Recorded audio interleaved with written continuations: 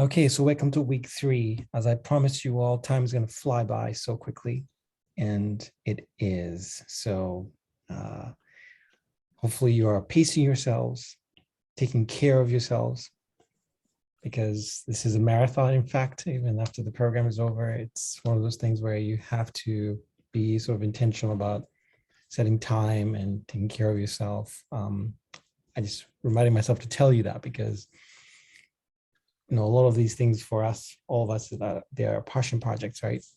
And sometimes you forget that and you're just going hardcore all the time. But in the long run, that's not good.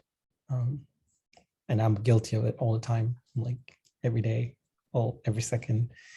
So sometimes I pace myself. People are texting me, DMing me. I'm like, okay, don't respond yet. You don't have to respond right now. Just relax. And I still fail at that most of the time, but it's my goal to keep trying. Okay, so week 3, guys, I can't believe you're already here. And we are just going to continue building our puzzle, thinking about evaluation. And last week, just to give you guys a little quick preview, just tour of where we've been so far, where we've been discussing problem solution sort of fit, right? And I think that fits right into thinking about evaluation. I think you can't really think about evaluation without really articulating the problem and what's the approach you're trying to do. And I've seen all of you struggle with this, which is really good. It's a really good sign that you're doing the work, right? And it never ends. The problem will continue to get better. So if you're not quite there, don't give up. Don't shut down. Just keep at it. Hopefully, as you start thinking about evaluation, maybe this helps as well a little bit. So some quick notes, like last time, seed funding. If you have not received it by now, let me know. Everything was sent out last week. Okay, so DM me if you have not received the first payment. Logic model workbooks, keep iterating. Don't feel like you've done the first edits, you're done. No, keep working on it with your mentor. And as an advice, as I told you all before, download the workbook and then share it with your mentor. And that way you guys can work together on it. That's the way I've done it with my mentees. Check out the How-To Center. I told you all about this before. It's a great resource. We post some really cool little how-to videos and readings that you may want to check out. So use it to your advantage. And if you really just want to get some quick bite-sized videos and tips, check out the SAM Minutes YouTube channel. We do like these music video length clips, so 3 minutes to 4 minutes, and we go over some critical elements. So Sarah Dunford, for example, she did a little quick video about STEM identity, right? Especially if we're talking about evaluation. So you can look at that, and it's like a 5-minute video, super easy to watch. So we've been building that for a while, so check it out. Past pitch decks, I'll keep reminding you that they're in the resource folder. Check them out, they're there. And again, don't forget to sign up to chat with me if you have not, because I would love to talk with you. And the calendar link is a great tool for that. Okay. Any questions at this point or comments? No. Okay. So this is where we're at. So we have been doing this part of top so far. And now we're going to sort of work backwards and go into these 2 domains in the outcome and outputs sphere. Okay.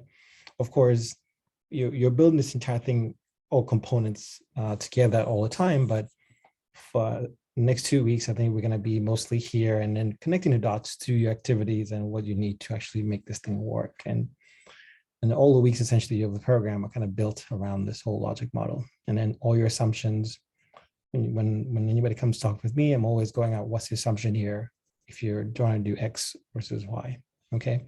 So first, right off the bat, the difference between outputs and outcomes. Can anybody just give me your understanding of what that means? It's written there, but I want to see your understanding. Anybody want to give a go in terms of what they think that the key differences between the outputs and outcomes?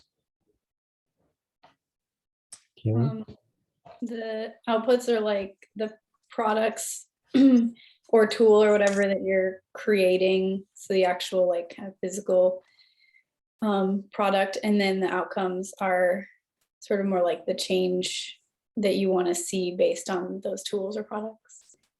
Yeah, exactly. So if could you give us an example of an output, for example, in your case, in your program, what would one output be?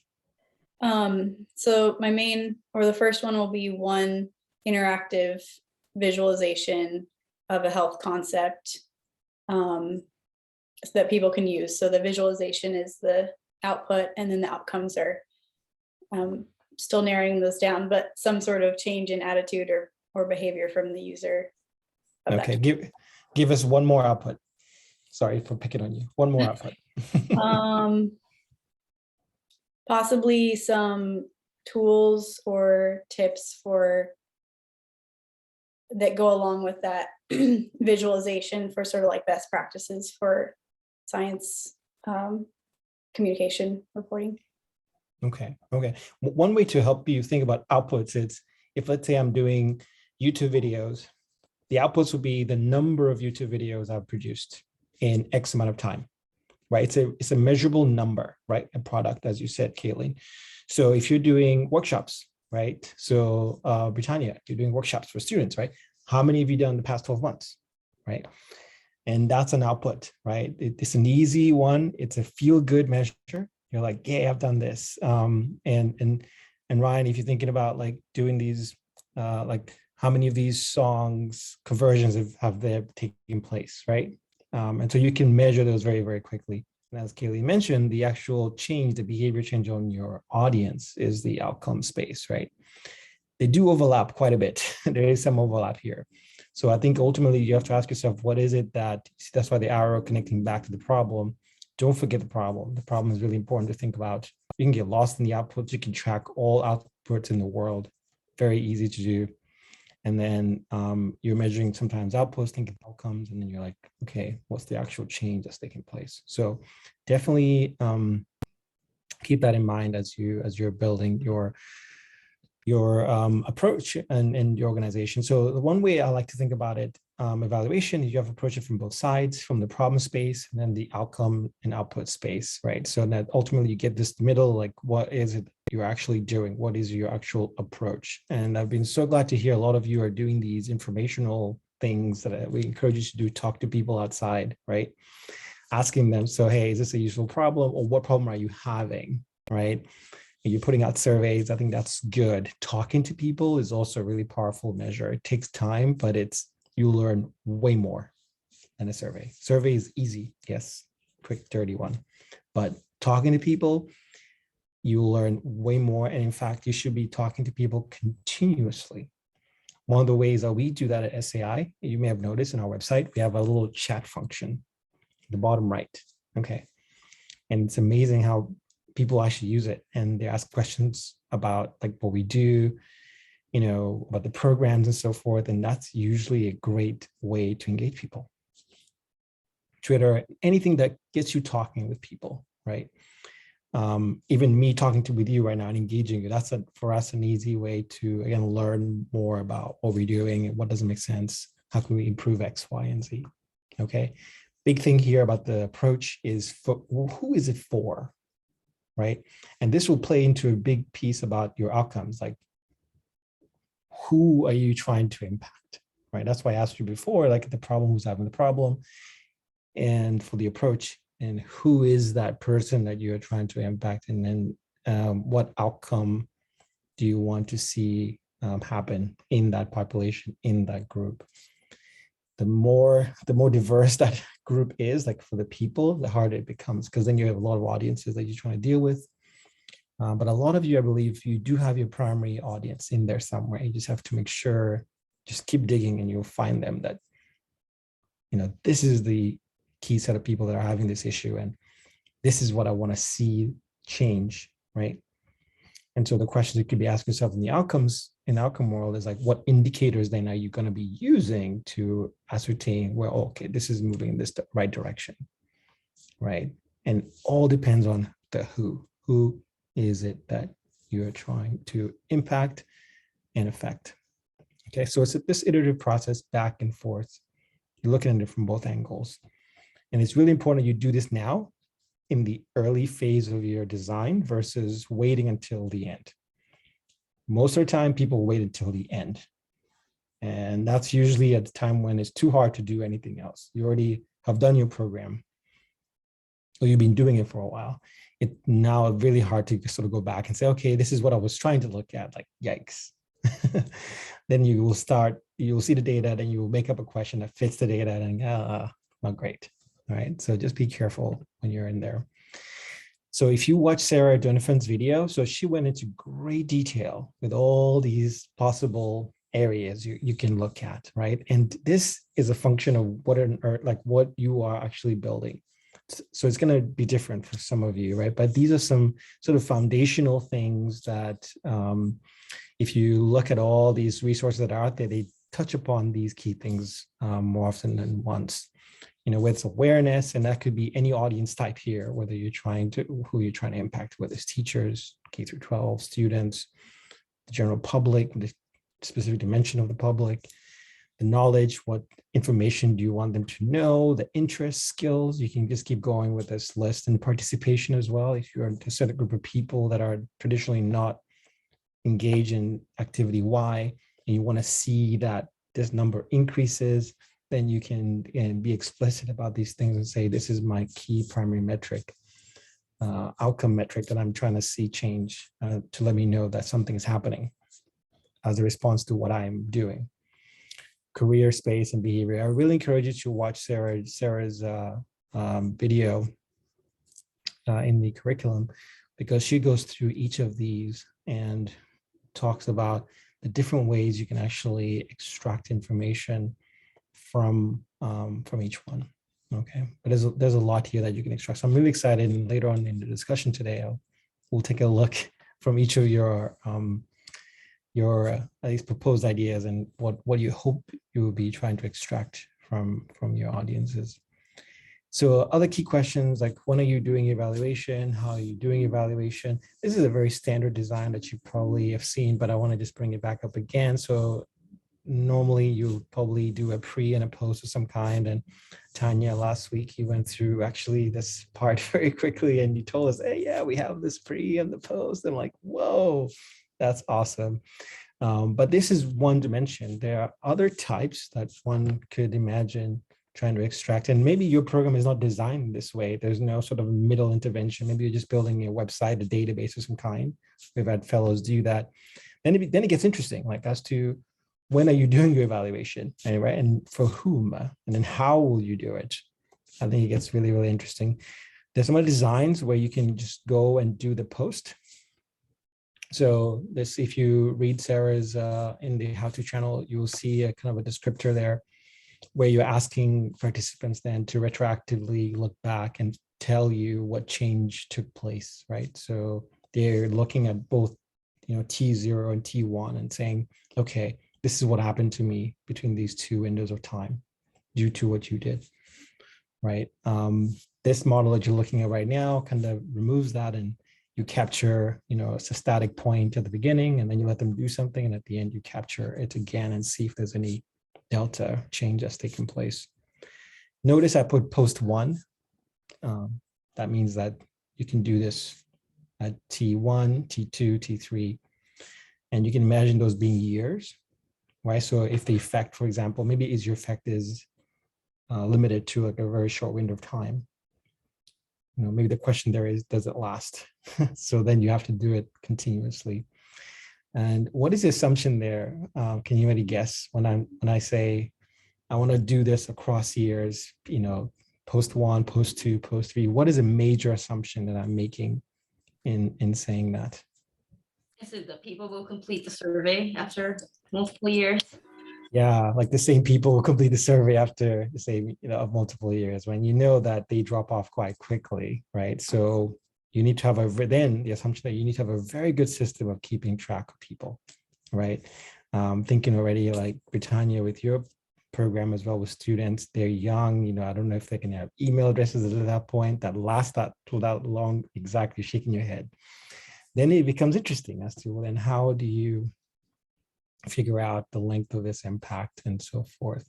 For the fellows program, just to be even more concrete, we try to keep in touch with every single one and to try to measure that, okay, is your program still alive after 1, 2, 3, 4, 5, 6 years?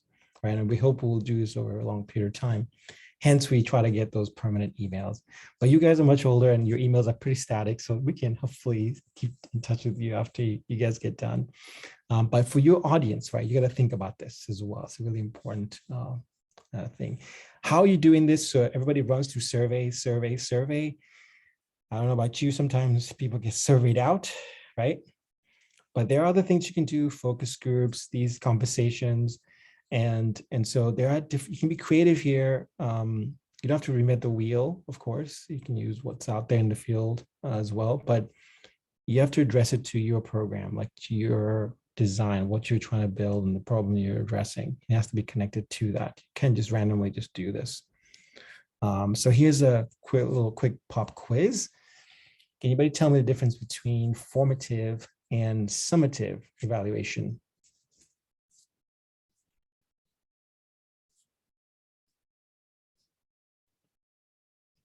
No? Okay, so formative is done whilst the program is in play, okay? So in about a week or so, I'm gonna send you all a formative assessment, okay? Like you guys for our program. And it's usually a very basic thing. All I wanna know with the formative is, how is it going right now while you're going through the program, right? So the question is, why wait until the end, right? So they're usually very quick. Think of it as a pulse survey. So for our residents at SAI, we pulse them midway through the year. And it's a very fast one, so very low effort, like 1, 2, 3 questions done, right? And one of the questions you can ask, like, is there something that we can do right now to improve your experience, right? Why wait until the end? Because it's too late. Summative, as you can imagine, is summary at the end. You finished the program, you've done a whole evaluation, here are the results, right? So most grants typically want that summative thing. Our AACB grant, I'll give you an example. So I've submitted maybe like 4 formative reports since we got this in the summer. And usually you get these schedules right at the beginning. You agree to a schedule with the funder. And they're like, we need this at this frequency. So what do you share in that? Any update, right? So they're wanting to get information from us. So what we're doing is keeping track of anything, the updates that we're doing with the program and sharing that as the thing is ongoing, right? Summative gets the whole progress report done. So that's really important, formative versus summative. And most of you will be doing the summative. But formative, I think, is really useful to get sort of live data so that you can make iterations. This field is huge. Oh, Tanya, did you have a question? Yeah, I do. So for the pre and post survey, would we need to get IRB approval if we're depending on who our study subjects are? And how do we go about doing that? Especially if we're a project that's independent of an institution. Yeah, that's a great question. So it brings up another important question. What's the difference between research and evaluation? Anybody want to give a go?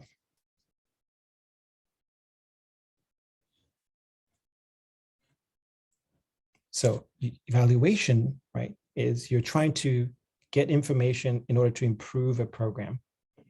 It is not for publication necessarily, like in a journal of some kind. So it's held in sort of internally. It's for you and your team to figure out, how can I improve the performance of this thing that I'm building, right? Research, then you talk about actually increasing the theoretical knowledge base, right, of the field. So with your question, Tanya, directly, if your intentions are really internal and your goal are to improve the program, IRBs are typically not needed in this case, right? Because you're not trying to publish data. It's for a funder and so forth. When you go into more research, publishable research that you're trying to get out there in the world, IRBs are a must. There are mechanisms out there for independent organizations to get these IRBs. It's rather complicated. We don't have an internal one, for example. And eventually we would like to have that because we want to sort of publish all this stuff we have. But yeah, that's a great question. IRBs typically, again, when we're talking about research for publication, evaluation space, typically you're not really needing an IRB approval for that. Does that make sense? Yeah, and I guess I have a follow-up question with regards to that. So let's say you do an evaluation and then years later, you do a follow-up post-survey, and then you find something that's you actually want to publish down the line. Would you be able to get an IRB after the fact, and would that be more difficult? It'd be more difficult. I'm actually not sure if there's like a post, like a retroactive review and so forth. I suspect there is, as long as you're, because a lot of time is really like anonymizing the data, like the personnel involved, right, and so forth. So if you're doing those things already, that and then you can showcase that later, I don't see why not. But I would look into that. If it's a like if you, and you're thinking about publishing in a journal, right, of some kind, more broadly, right? Then yeah, you would have to, like, I would even inquire now, like I would ask about it now to some like existing, if you're at an institution already that has an IRB, you can ask of those officers and just get that insight right now before you go deeper in.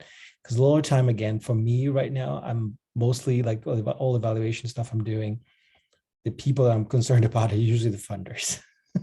and the external world, that's a kind of a different type of body of work, shall we say, right? It's not programmatic. That's if you're trying to do actual research. I would say they are, and I think this is, let me see if I can, yeah, I'll get to this. But any other question, Tanya, on that? Because I will have a follow-up on that in a little while. But the field, I think this plays into it. The field is massive. It's growing pretty rapidly. There are actual evaluation officers as a job title that exists. So a lot of time, most funders will just hire them to come in and do the evaluation for them, right? And so that becomes, I think it's an exciting thing, because then you have some theoretical aspects that are always changing. And it's always growing. And so what that means is that you as a developer, you kind of have to stay abreast with what's going on. You can't just remove yourself from the equation and think like, yep, I'm good. This is all there is all the time. You got to be reading things. You got to be listening to talks and some of the movers in the field in terms of what's happening and what's important. Okay. And I say this because there are, growing bodies, especially, so I told you already about informalscience.org.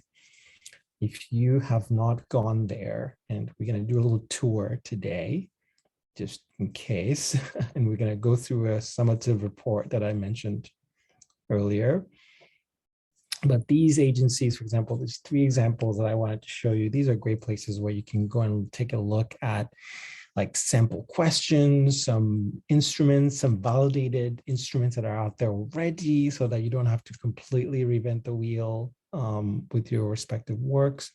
So the Pear Institute, for example, has a lot of these survey instruments that you could use. They do have, like, in order to use it, here are the 1, 2, 3 things that we want you to do. You just make sure you read the fine print, basically, before you get deeper in their usage. Local organization in Boston, Turk. I've been trying to find what actually Turk means, but they don't have it out there. It's just Turk. Turk is Turk. They have some really great database as well, similar to Informal Science, where they showcase their work and they publish research as well, broadly as well. So this plays into this, right? So if you're looking at, if you want to look at former or prior reports, how someone has done it, the evaluation that they use, the instrument, my suggestion to you is, like, start reading other reports and look at the way they're structuring theirs, for example. Because again, you don't have to reinvent the wheel from scratch. You really do not, right? But you want to get ideas, you want to get a sense. And so I want to show you one so in the informalscience.org platform. So if you have not visited informalscience.org, it's a really great database. So I just typed in summative, for example, just for, for time's sake here. But I want to show you this, right? So current research, resource type, and it's really just organized. You can see here by types, evaluation reports by type, audience study, formative, front-end stuff I told you about versus summative. So the front-end means like at the beginning, as the word suggests. And the summative is towards the end, but you can see how you can break this thing down, and you can change this word here. If I put in, you know, like a podcast or something, right? It would bring up anything and somebody that has done any work on podcasts, for example. You see the numbers move around a little bit. So this is a really great read. So as I mentioned earlier, you kind of have to do this, right? There's no way around it. You kind of just tell yourself, how many times a month should I be reading reports, right? Just set that number and just forget about it and just do it, okay? And then you can break it down, learning environment. So some of you are thinking, what learning environment do I care about? Whether it's in an exhibit, whether it's in a school, Britannia as well, like K through 12 programs, pre-K, early K, whatever have you, they're all here, okay? Cineseco is not here, but when you're watching the Cineseco, like broadcasting media, you know, all different types, websites, it's, again, it's quite intense, right? So let's say you find a report, and I'll just skip to one that I found earlier. So this is evaluation of STEM in the Playscape final report. So these are NSF funded programs, okay? So they tend to, well, they're required to have these external reports. And so, you know, my secret sauce, secret idea for you guys is read the executive summary that gives away a lot of things from the get-go. And then if I'm interested, if I'm hooked, then I will read the rest. And another tip, and if you can do this, I think it saves a lot of time. So I tend to go for walks a lot. I walk a lot. In fact, after the session today, I'm going to go and do like a 3-mile walk. And so what I normally do is I will take a report, and sometimes, not all the time. And nowadays, you know, these iPhones, you can just play the report as a audio. So guess what? I can just read the whole report. I'm walking and thinking away. I'm like, oh, yes. Of course, I can't take notes. Yeah, you know, those look really weird. But it gives me like, it kind of soaks my mind. So when I do sit down and I'm like, oh, yeah, I remember that. Or I want to read this again, right? So just to quickly show you here, but these are, again, you can get in, there's one particular area, like you can get away with these things, not get away, but you can find these little nuggets and, you know, evaluation questions, they're well hidden in here. Like in these reports, they're all here. The information is there, but you gotta just dig in and find these pieces. So question they use, for example, evaluation sub-question, data analysis, what actually they're analyzed to get to these questions. And I'm not going to go through them here with you because it will take a long time. But, and again, the data sources, but this is the kind of thing, as you start reading this, things suddenly start clicking, connecting the dots, okay? And reports come in different shapes and sizes. I'll tell you, some are not great. But the goal here, again, is to just look at them more holistically and get ideas, right? Look at the question they pose, look at some things that they suggest in terms of, for next thing to do, we would like to do blah, blah, blah, right? And that gives away some of the current thinking, like the most up-to-date thinking about a specific topic, right? That otherwise you just wouldn't get. There are, if you go to, so the other resource, I'll stop this for now. So where is that? So here, so if you also, they do have a YouTube channel, CASE, the informalscience.org, where they have meetings and you can sort of see what people are working on, and they're showcasing the information. And there's a video database as well, separate from YouTube. I don't remember right now, but I'll share this in the in our Slack channel. And there they have the PIs of the funded projects talk about their work. So for each year that the funding, so the 2021, 22, you will see a video database of all the funded projects and what they learn, what they're doing, the whole spiel, which is really nice. And so with that, so today's was kind of slightly longer review, but I did that because I think it's important to just go through these elements. Evaluation is something that you're just going to be doing continuously and iterating continuously as you go. And Kaylin kind of started us off a little bit there with, thinking about primary outcomes and the indicators for them. But that's really kind of the topic of discussion right now, right? And can each of you sort of nail down, right? Not all the outcomes, I'm sure you have a lot of them, but just pick one that you care about the most that comes to your mind right now. And then what indicator, if you know it, if you don't, it's fine. Just say, I'll have to figure out how to measure this, but what indicator would you be tracking, right, as you're moving forward? And keep in mind, right, so I'm gonna be paying attention, especially to the problem that you have stated. So the floor is open. And if anybody wants to go first, go ahead, or else I'll do like just whoever's top of my screen right now.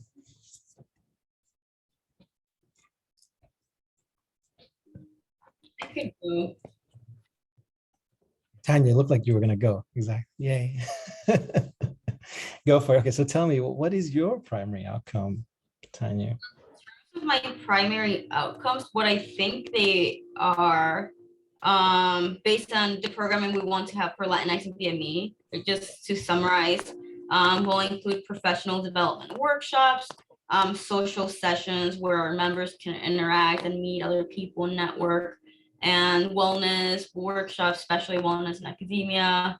And some of our outcomes are just understanding how much knowledge and confidence our members get from attending like journal clubs, research talks, data visualization workshops. Also, we can get an idea in terms of networking, maybe the importance of wellness and health that they gain from our workshops.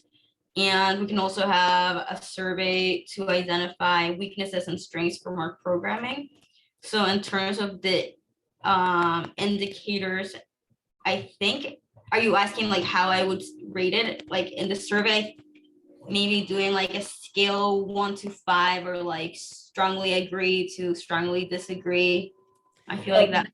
Not quite. Maybe a set of like a question area that you would be paying attention to in that given survey, like you mentioned, right? And you mentioned a bunch of outcomes there, right? Like, this thing is there. Like working opportunities, maybe like learning about the importance of health and wellness, and also just learning weaknesses and strengths of the programming. Right, but what's your primary outcome? Primary outcome, I think, just more opportunities, just like creating more opportunities. So understanding if we're able to actually achieve that, and if people are utilizing it. So an access of our programming. So if you're increasing the number of opportunities in your program, that's an output, right? Because you're going to be able to say, I've created 15 workshops in the last whatever time frame, right? The outcome is, so how have those, how did it influence our members? Like, yeah, exactly. And so, and then the question becomes, what's the indicator? Is it that you mentioned some knowledge gains, right? So you do like a pre-post and say knowledge is gained, and then the indicator will be what? What's the knowledge in what, right? You see how I just kind of broke that down a little bit? So what I was thinking in terms of that would be like, let's say we have a workshop regarding like data visualization. So like the knowledge regarding that specific topic. If we have a research talk where we have like a faculty member talk about what they do in their lab, maybe their knowledge in that like tissue engineering topic. So maybe knowledge with respect to each particular workshop. And then overall, or like biomedical engineering knowledge, I think, just like generally. Okay.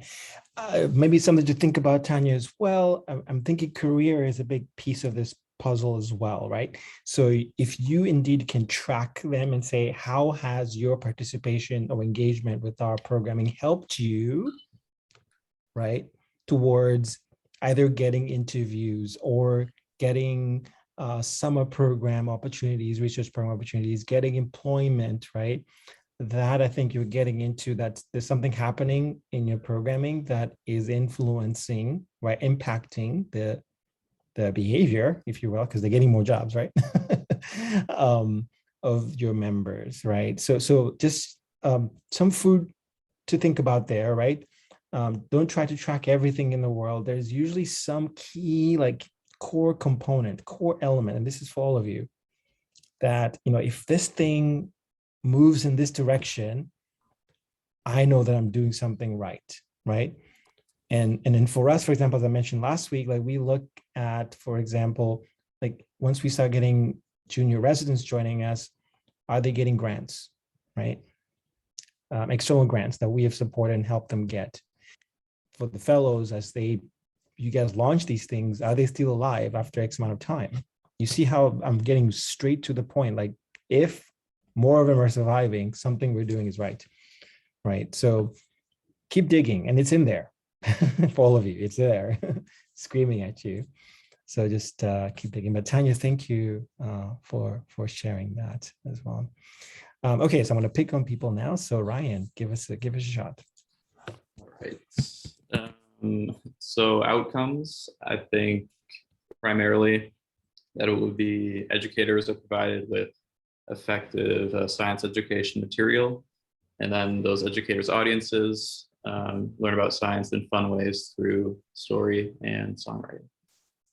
And then I think the impact indicator would be just like on the kids' end, it would be just positive relationships with science are built, and general less distrust with science and scientists.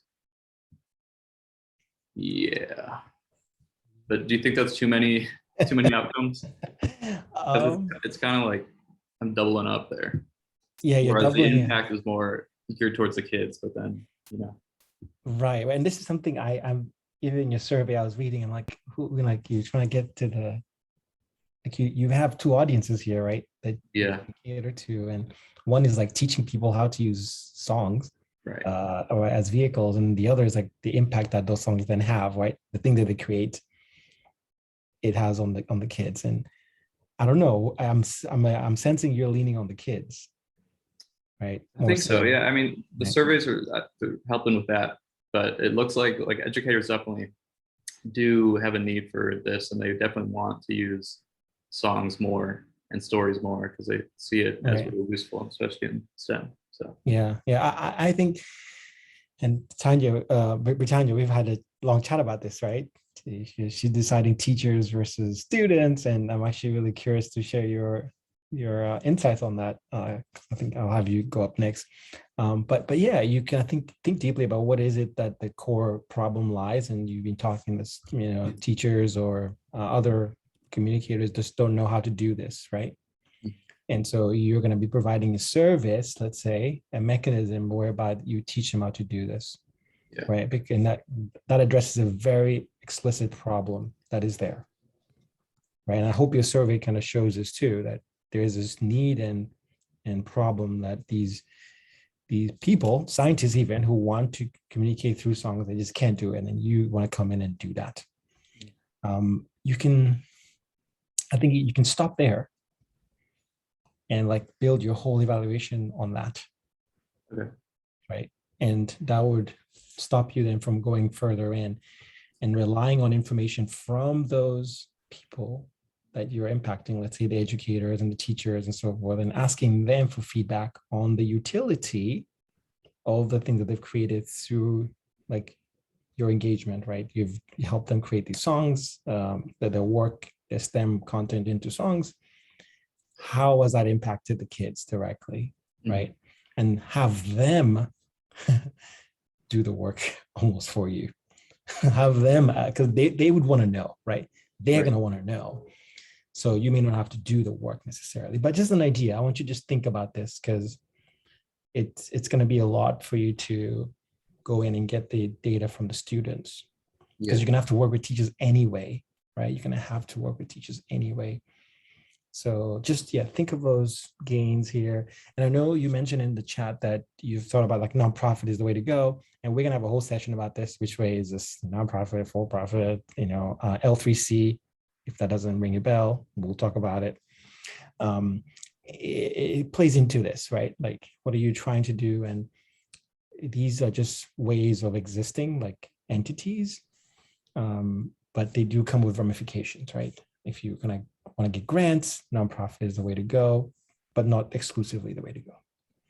So anyway, questions or comments and for Ryan or Tanya as well. Sorry, Tanya.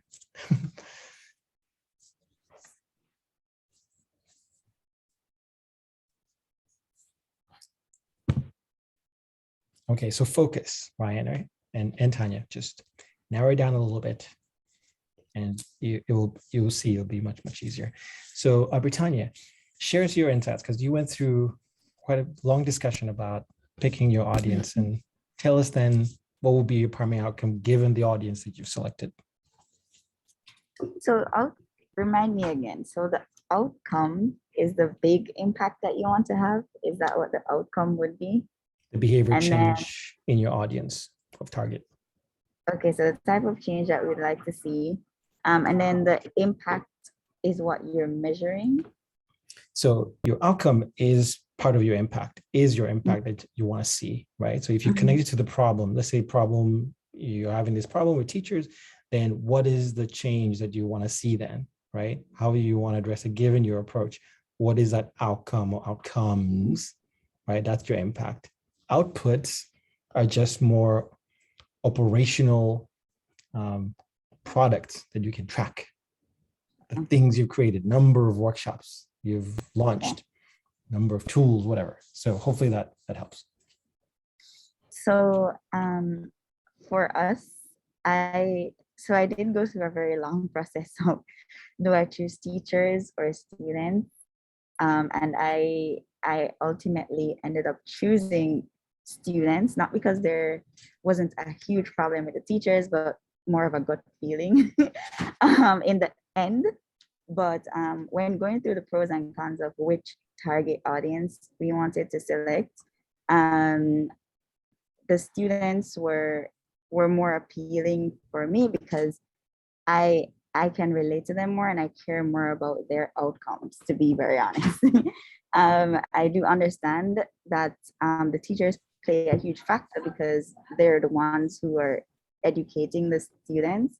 But just personally with our program, I want the interaction and opportunities to be for students because I know so many students who don't have the opportunities and I want to try to give them those opportunities.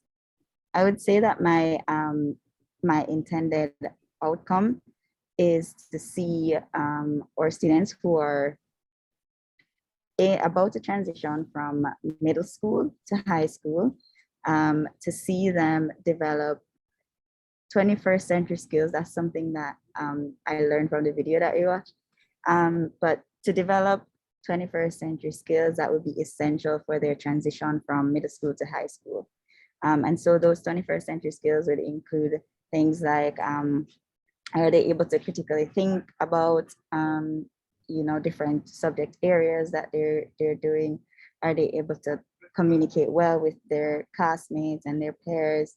And using STEM as a vehicle to do that. So there are different ways in order to ensure that those are open, but our programming would involve a lot of STEM programming to ensure that they're practicing those skills on a daily basis. So I'd say that would be my outcome. And I am measuring how many students are actually being transitioned to more traditional high schools. And that's kind of how we'd measure our outcome, I suppose. Okay, so I've been talking with Britannia too much about this, so I'm going to shut up and have you guys ask your questions if you have any or comments.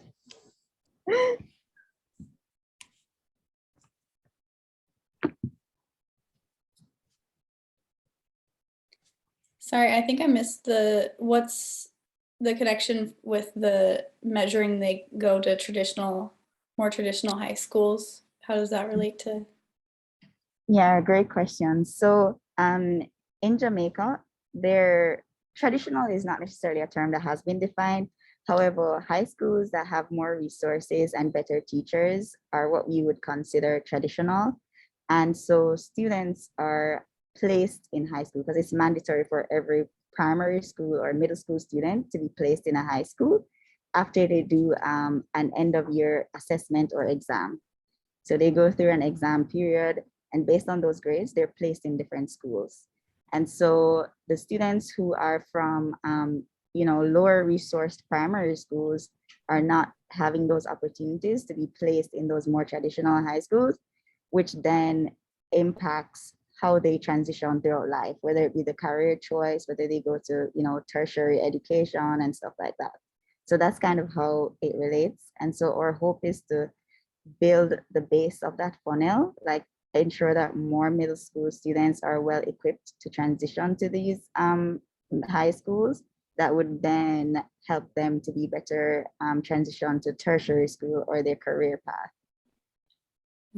Cool. And how'd you pick or what were you thinking on 21st century skills versus STEM skills? Yeah, so it's not that I just want to train them on STEM skills and build STEM capital. I want it to be skills that are, a lot of STEM skills are applicable across multiple, fields, like you could transition it. So we want to use it more of a vehicle as opposed to teaching them those things. So we're using the STEM as the way that we develop and design our programs and put them together.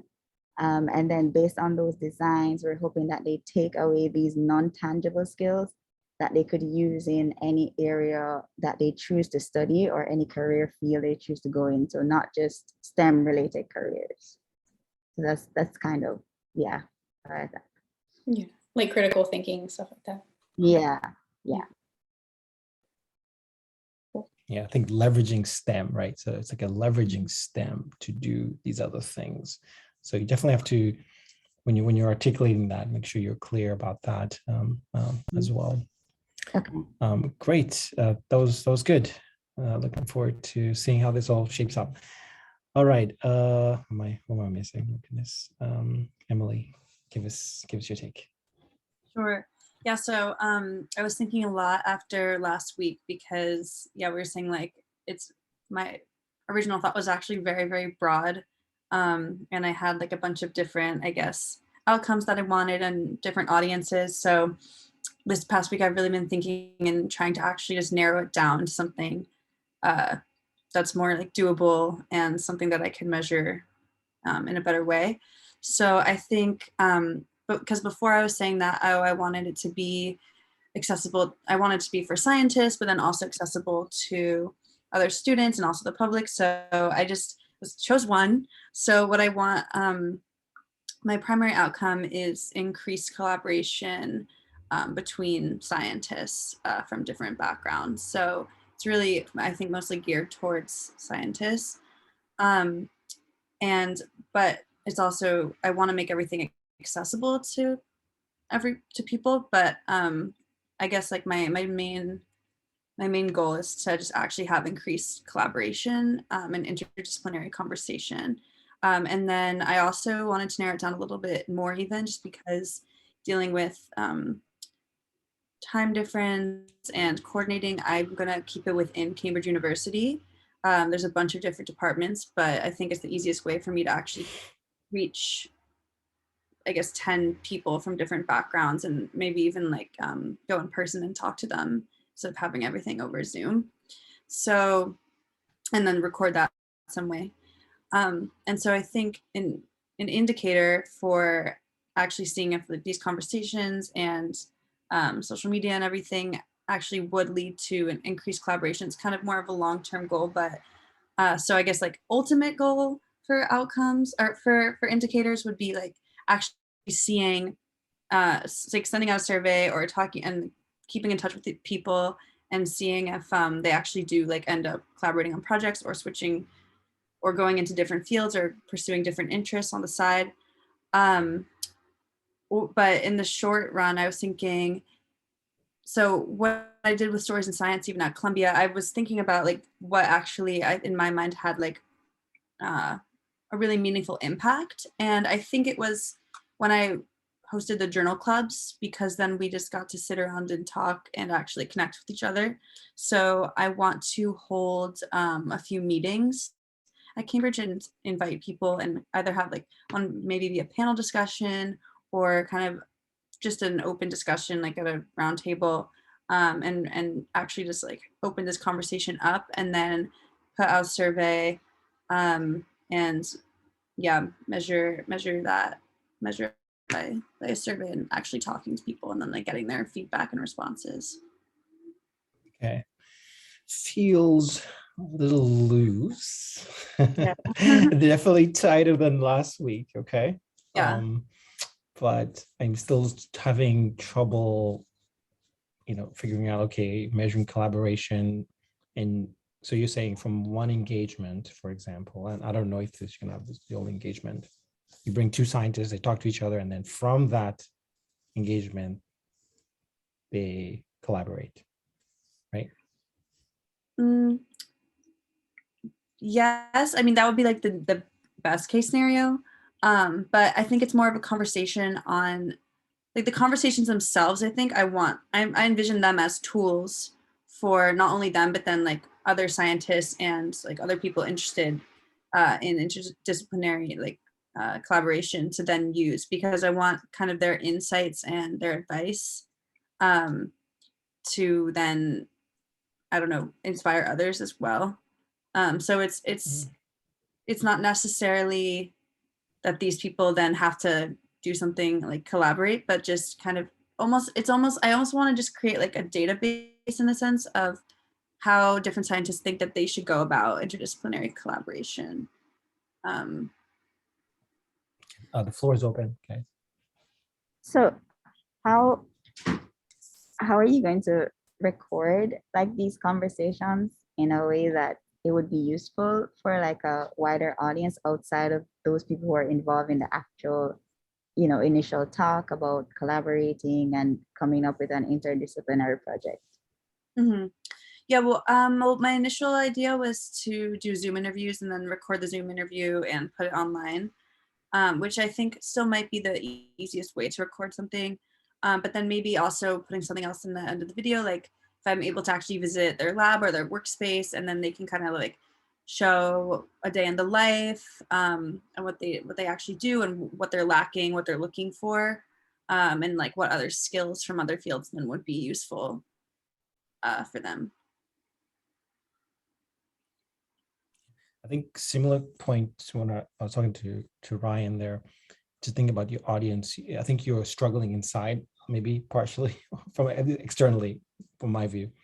You have the scientists, right, that you want to target, but then also you want to get the public involved there. And I'm having trouble sort of figuring out where this really, who is it for, really? I guess, well, like when I say the public, I guess it's not really for like just the public in general. I mean, I want to make it so that like anyone can obviously watch it.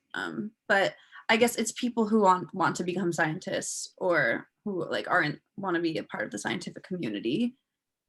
Because I feel like it's not only because I feel like it's kind of a barrier maybe for some people who want to become scientists, but then like have, I don't know, feel boxed in. So then they feel like they have to like choose one path, or choose one discipline, and then they end up like not doing it if it doesn't, not becoming a scientist doesn't work out. So it's kind of like, I guess for people, a tool for scientists and people who like want to become scientists to then use and think about and yeah. And I think herein lies the problem. You are mixing them together, and they have different needs. Okay, Emily, and I think that's the trouble. Then it creates where, okay, what is the primary outcome measure that I want to track, right? Is it that the public here is going to be very, very broad, right? If you're doing these videos and you're putting them out, so like how will you then keep track of who's watching them, right? And this goes for podcasts and any sort of thing that goes out there in the world. it's really, really hard to figure out, okay, so who watched it? How am I going to figure out whether it had an impact on them, right? Just a number, sheer number of views alone, that's an output measure, Mhm. right? That kind of puts you in the output space. So outcome is like those views then change something in these people, right? Mhm. So I think you're going to have to so you have to choose, but you have to articulate the problem more clearly. Right now, it's still loose. Like, what is the actual problem? Who is having it? On the Okay. one side, the scientists are having trouble collaborating. Maybe you can say it that way. It's a Mhm. bit of a tall order there. But the other side, which I think you have an opportunity to say, I want to showcase how the different like fields of science, right? How they connect. What are the links? Like the public, for them to understand those connections, because maybe that's where the problem lies, right? That these connections are hard to see for someone who's not in the bench and so forth, Right. right? Yeah, that no, So that's then your audience becomes them. Like, I want to showcase high school students, even let's be very specific. I want to Mhm. showcase high school students how the different sciences are connected. We go to yeah, school, we learn science, biology, physics, chemistry, whatever, right? yeah. Maybe this could be a vehicle to showcase these connections and so forth. I'm just Right. throwing things out here with you, but that's No, yeah, I really like that. I feel like that's kind of what I was aiming for, but you said it in a really like really nice way. I'm just writing it down. now this is recorded, right? So you can watch it later as Sure. well. Oh yeah, I mean, yeah. But these are for all of you, right? You just have to, you see how you just, it was about reframing things. I'm not even changing the whole thing, no, just reframing, changing the angle which you're approaching it, right?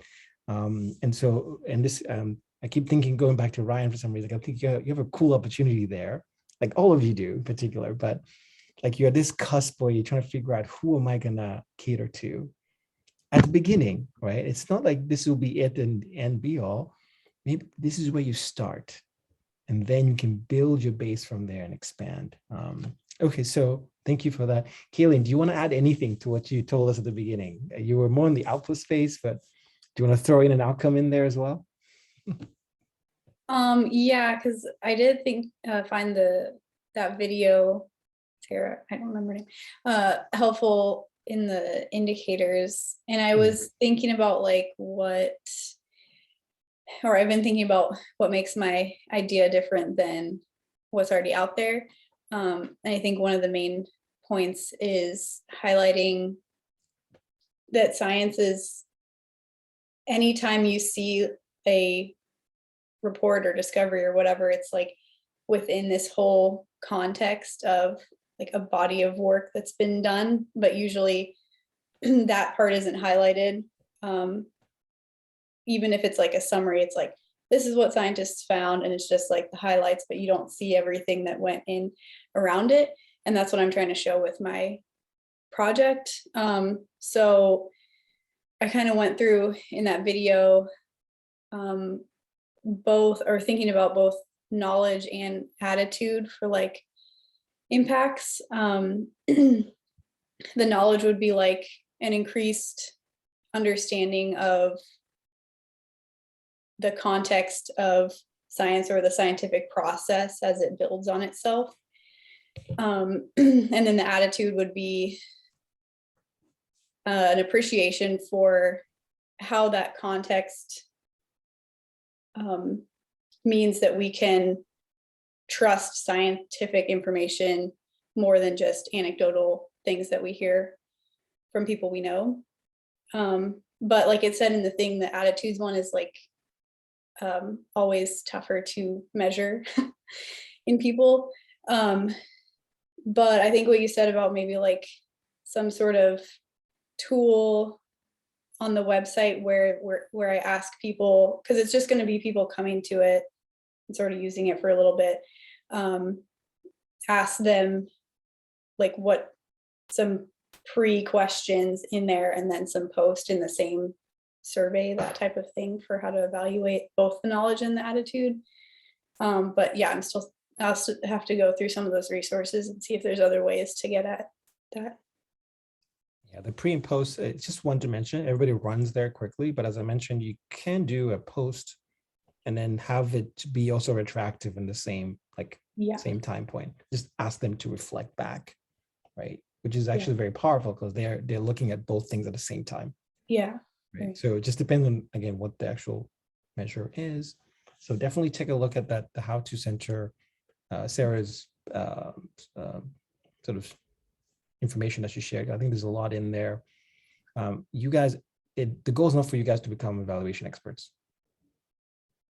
No, right? But you should at least be tactful about like the way you design your projects now, the way you're going to put it together will either enable or hamper evaluation efforts later, right? So my argument would be is actually you should design it such a way that as you grow, as this thing takes off, as you bring more people into your teams, they can understand, okay, there's an infrastructure here of evaluation that is in play that we can figure out if this thing is working or not, right? Because the design is effective. And so that becomes useful, right? To do that. And funders will pick up on it as you talk to people. Sponsors will be asking you, so what's the main thing? Give me the bottom line, like impact outcome that you are going to track. And it's very hard. It's messy at times. Self-reports are nasty, but they're there, right? You can't rely on them completely by themselves, right? So I think there's a suite of things that if you start building things, you can create dashboards where you can track different things. It becomes easier to keep track of all information that's going to come at you from your projects. Oh, I have Any one quick question. Is there any information like from her or somewhere else on like website like analytics, using that for evaluation? So we'll get to so Brittany Trin, she's going to be giving a talk about this. So we're going to be talking using websites for impact, because that's a thing, right? A lot of you are going to design this thing like websites, and it is a vehicle for measuring impact as well. So we'll talk more exclusively about that, and she has some case studies as well, because it almost depends like what you put on there. And then in your case, it's like a tool that you're designing, right? So then it depends on what you can plug in there to assess the different components. And there are some widely available. I mean, of course, Google Analytics is one, right, where you can pull out, and Google Analytics guides is super scary. It's like, so tracks everything. But there are other metric like companies, for example, and tools you could use to really dig into your users, what they're doing, how long they're doing it for, and then you can figure out the funnel essentially. If there's an action point that you want them to do, right? Ryan, if it's like them downloading a curriculum or something that they can use to do this thing that you want them to do. Britannia, same thing, right? If you want to track that funnel and who actually makes it to the end where they download. YouTube has this thing where, watching a video to the end, is a thing, right? so not just like views, but also watch time. So in our channel, we get the actual watch time, and it tells you the hours. And so you're like, okay, are people watching this stuff? So then people optimize and say, I want to make the video shorter so that they get to the end. Anyway, you get my drift here, that it gets really interesting when you get down to the details. Slack. So Tanya, I believe right now you are mostly on Slack, right? Your whole membership sort of model. It spews out a lot of data as well. I'm sure you know this already. So there are ways you can look at things that is independent of the like the self-reports, right? And that can give you, again, just another viewpoint that helps you figure out, is what we're doing helping? Are people engaging? Are they not?